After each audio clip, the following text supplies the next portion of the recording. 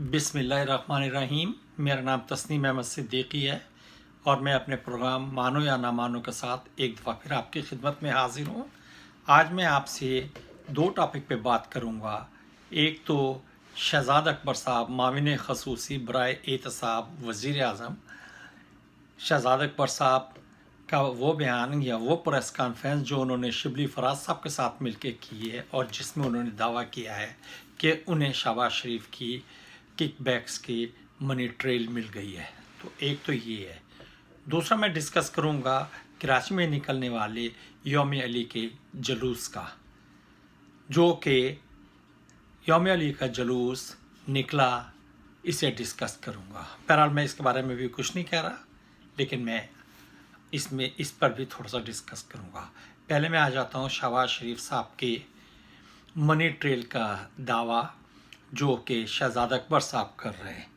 शहजाद अकबर साहब कहते हैं कि उनके पास एक आदमी मसरूर अनवर नाम का है, जो कि शहजाद अकबर के बकौल शहबाज शरीफ का फ्रंट मैन था। ये मसूद अनवर 18,000 का मुलाजिम था। ये 4 मरले के मकान में रहता है, लेकिन ये ट्रांजैक्शंस करोड़ों की करता रहा है। इसमें से जैसे कि शहजाद अकबर साहब ने बताया कि हम अगर इसमें चल के देखते हैं कि ये ट्रांजैक्शन जो है ये शहबाज शरीफ साहब के उस बयान का खुलासा भी बनती है जिसमें वो कहते थे कि मैं भैंसों का दूध बेचकर दूध का कारोबार करता था और इससे मैंने अपनी आमदनी बनाई। मैं और दूध फरोश तो नहीं जानता, लेकिन मेरा एक वाकिफ़ का दूध वाला है, मैं उसका नाम ले सकता हूँ, लेकिन वो नाराज़ ना हो जाए तो मैं उसका नाम नहीं लेता। वो मेरा गुज्जर भाई है, मेरा बहुत अच्छा दोस्त है।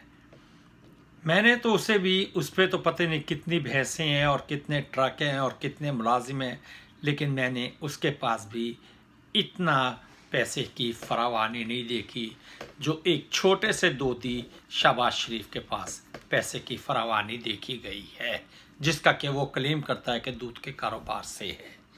बहरहाल हम इसमें जाते हैं तो हमें पता चलता है कि मसरूर अनवर पी खान ट्रेडर्स के अकाउंट से कैश निकालता है 49 लाख रुपए। 5 दिसंबर को फिर 49 लाख रुपए निकालता है। 17 दिसंबर को 34 लाख और 18 दिसंबर को शहबाज शरीफ के ज़ाती अकाउंट में 1 करोड़ 7 लाख रुपए जमा करवाता है। ये 4 मरले के मकान में रहने वाला मसरूर अनवर है जो 1 करोड़ 7 लाख रुपए जमा कराता है।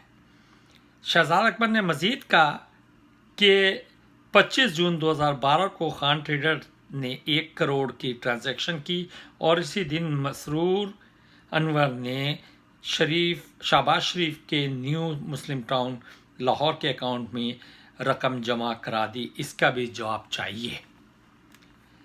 फिर उन्होंने कहा कि एक ठेकेदार से मसरूर अनवर ने 3 चेक कैश कराए, जिसकी CTR बन जाती है और रिकॉर्ड सामने आता है। और 2 दिन के वक्फे से 10 मिलियन की एक और 4.7 मिलियन की दूसरी ट्रांजैक्शन न्यू मुस्लिम टाउन के अकाउंट में जमा कराई। तो ये वो ट्रांजैक्शंस हैं, ये वो ट्रेल है जो कि पकड़ी गई है, जिसके बारे में मरियम औरंगज़ेब कह रही हैं कि करोड़ों का कह के एक 49 लाख रुपए की करप्शन पकड़ी तो इमरान खान को ख़ुदकशी कर लेनी चाहिए। चलें, मरियम आप ये तो मान गई कि 49 लाख रुपए की करप्शन थी। इससे पहले तो आप ये भी नहीं मान रही थी कि आपके वली लीडर साहिबान ने कोई करप्शन की भी है। आप तो ये भी नहीं मानती कि मरियम ने कोई करप्शन की है। आप तो मरियम के उस बयान पे मुकम्मल तौर पे यकीन कर रही हैं जिसमें उसने कहा था कि बैरून मुल्क तो क्या, मेरे पास तो पाकिस्तान में भी जायदाद नहीं, मैं तो अपने वालिद के साथ रहती हूँ। आप अगर इतनी ही सच्ची हैं तो आप ये बताइए कि शहबाज शरीफ साहब का बेटा मुल्क से फ़रार क्यों है? शहबाज शरीफ साहब का भाई मुल्क से फ़रार क्यों है? शहबाज शरीफ साहब के भतीजे मुल्क से फ़रार क्यों है? शहबाज शरीफ साहब का दामाद मुल्क से फ़रार क्यों है? और अगर ये लोग बेईमान नहीं हैं, अगर ये लोग बेईमान नहीं हैं तो फिर वो मुल्क क्यों नहीं आ रहे? और दूसरे, अगर शहबाज शरीफ साहब एक ईमानदार और मेहनती शख्स हैं तो वो फिर नैब से पूरा ताउन क्यों नहीं कर रहे? वो कभी कोरोना के बीमार बन के आ जाते हैं और कभी वो अपने आप को कैंसर का पेशेंट बना के कह देते हैं कि जी मैं तो, मेरी क़ुव्वत मुदाफ़ियत कम है, मैं इसलिए अदालत के सामने, नैब की अदालत के सामने पेश नहीं हो सकता। ये बात तो हो गई। कहने का मतलब ये है, भाई अगर तुमने बेईमानी की नहीं तो तुम केस को जल्दी निपटाओ। क्यों तुमने अपने आप को टेंशन में रखा हुआ है? टेंशन में तो तुमने इसलिए रखा हुआ है कि तुम्हारे बहुत से केसेस हैं। ये तो अल्लाह भला करे नैब का कि नैब तुम्हारे केसेस को सही तरीके से चला ही नहीं रहा। वो केसेस चलाता है इस तरीके से कि चलो एक पेशी, दूसरी पेशी, तीसरी पेशी पे एक सवाल पूछ लिया, आपने उसका जवाब जान के गलत दे दिया तो चौथी पेशी चली गई। अब आप 2 जून को जाएंगे तो 2 जून को देखेंगे कि आप क्या पेशी करते हैं, नैब आपसे क्या ताउन करती है और नैब इस मामले में कहाँ तक कामयाब होती है कि वो आपसे सच उगलवा सके। सच उगलवाना की बात नहीं है, सच तो नैब के पास भी है, लेकिन वो आपको सज़ा दे सके, क्योंकि वो सच नैब भी बाहर निकालते हुए कतरा रही है। और उसके कतराने की वजह ये है कि वो अपनी मुलाजमत पक्की रखना चाहते हैं। अच्छा, दूसरे, नैब का मैंने ये इसलिए कहा है कि नैब के chairman justice retired Javed Iqbal साहब, उन्हें टीवी और प्रेस में आने का बहुत शौक़ है। वो आज भी उनका एक बयान छपा है और वो ये कहते हैं कि पाकिस्तान को करप्शन फ्री बना देंगे। जस्टिस जावेद इकबाल साहब, आप कितना काम कर चुके हैं? आपकी मुद्दत मुलाजमत जितनी थी उसमें से 50% से ज़्यादा आप काम कर चुके हैं, तो आपका 50% से ज़्यादा काम में कम से कम करप्शन फ्री नहीं तो फ्री पाकिस्तान तो बन जाता।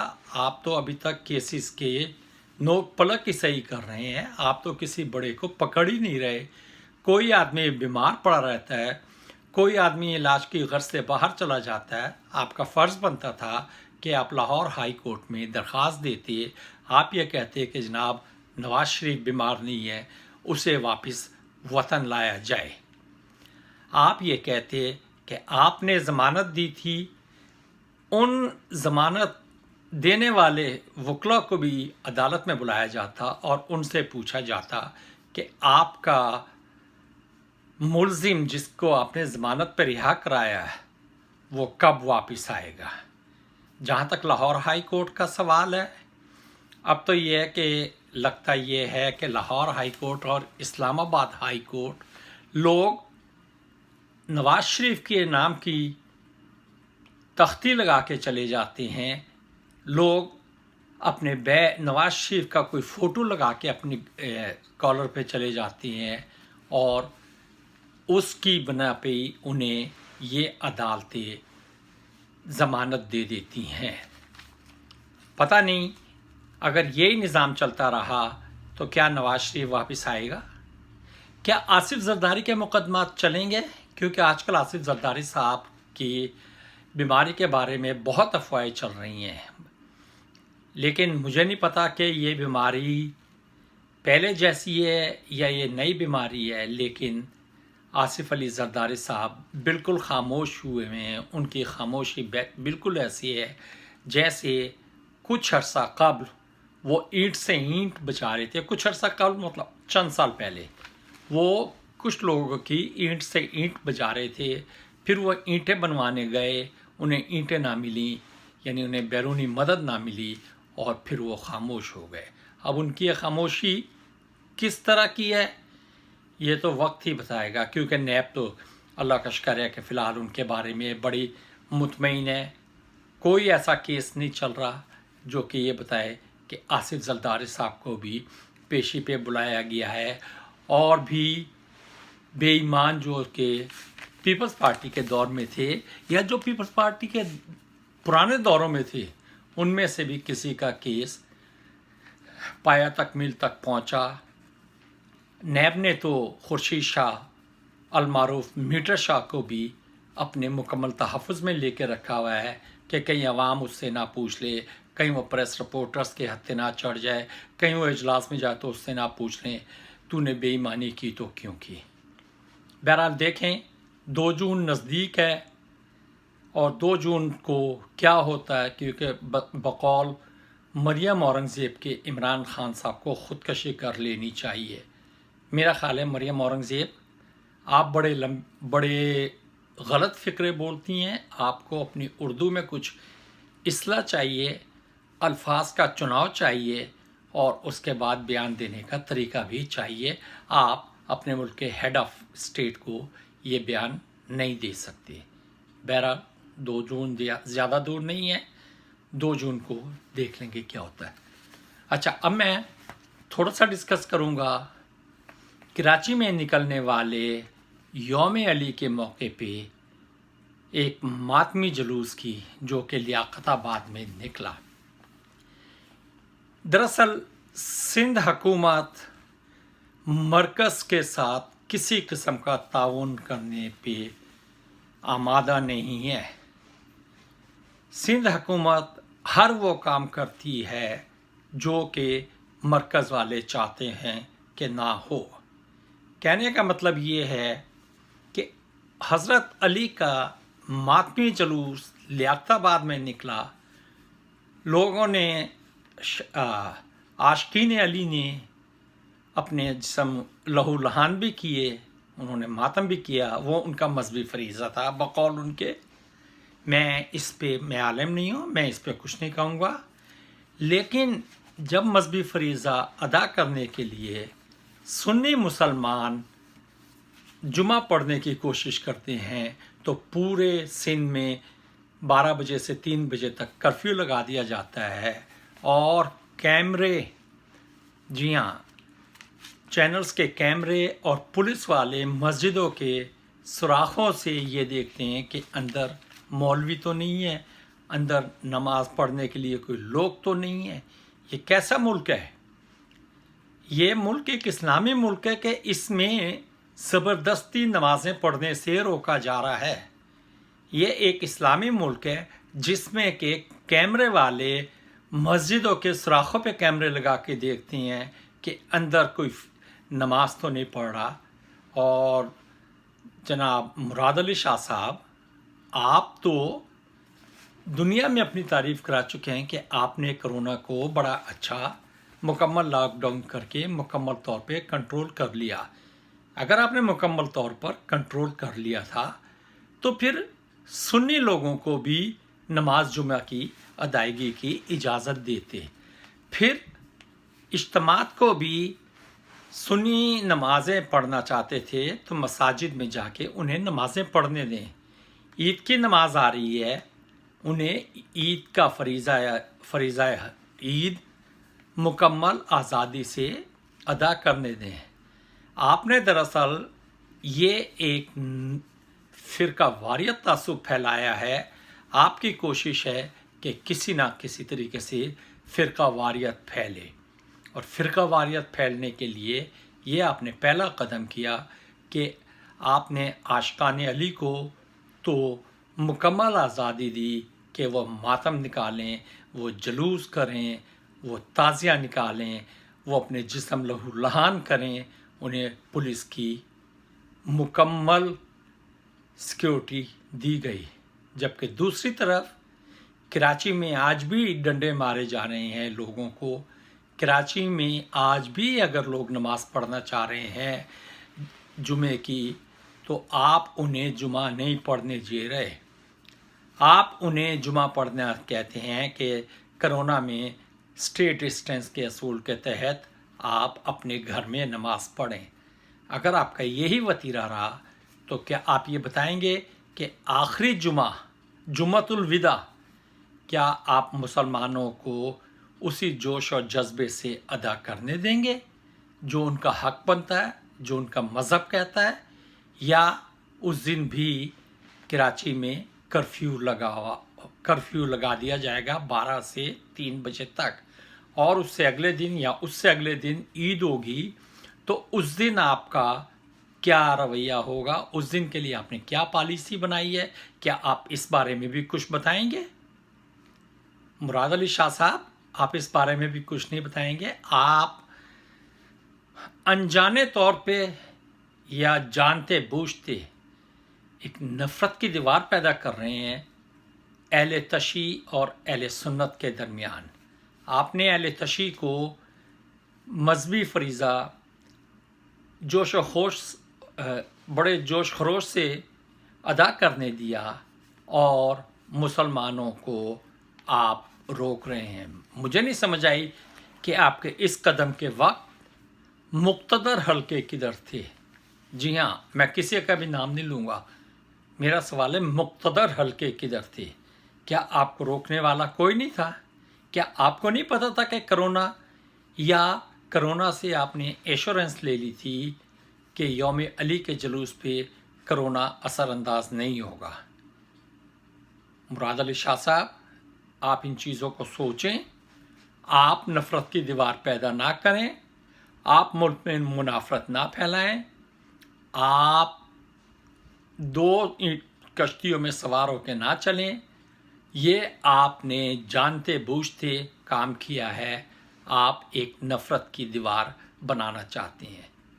मेरे ख्याल में आपका ये कदम एक मुल्क में नफ़रत फैलाने का बाइस बना है सूबे में, और आपके इस कदम पे अगर बिलावल ज़रदारी में कोई अखलाकी जुर्रत है, अगर पीपल्स पार्टी में कोई अखलाकी जुर्रत है, तो वो आपको फिलफौर वज़ीर आलाशिप से अलग कर दें, क्योंकि आपने मजहबी मुनाफरत फैलाने की कोशिश की है, और मजहबी मुनाफरत अगर फैल गई तो ये बहुत ख़तरनाक होगी।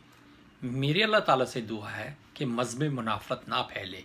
लेकिन मुराद अली शाह साहब, आपको आपकी पार्टी फौरी तौर पर वज़ारत आला के ओहदे से फारिग करे, क्योंकि आपने अहले तशी को जुलूस निकालने की इजाज़त देकर और मुसलमानों को जुमा ना पढ़ने की इजाज़त देकर मजहबी मुनाफरत फैलाई है।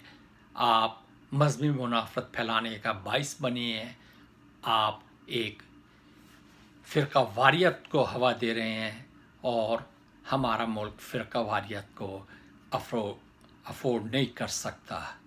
लिहाजा मेरी गुजारिश है कि एक दफ़ा फिर कि आप रज़ाकाराना तौर पर मुस्ताफ़ी हो जाएं, और अगर आप मुस्ताफ़ी नहीं होते तो आपके पार्टी के सरकर्दा लीडरान को ये चाहिए कि वो आपसे आपका कलमदान लेके आपको वज़ारत आला से उतार दें।